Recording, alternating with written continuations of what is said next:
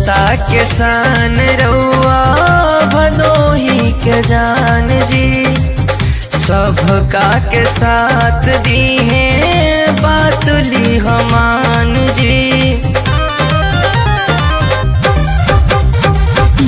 जनता के शान रउआ भदोही के जान जी, सबका के साथ दी है बात ली हमान जी।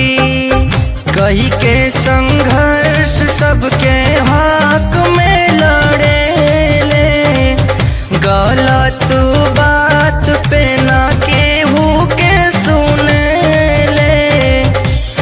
रउआ चर्चा चलत बाटे यूपी बिहार, जुग जुग जिया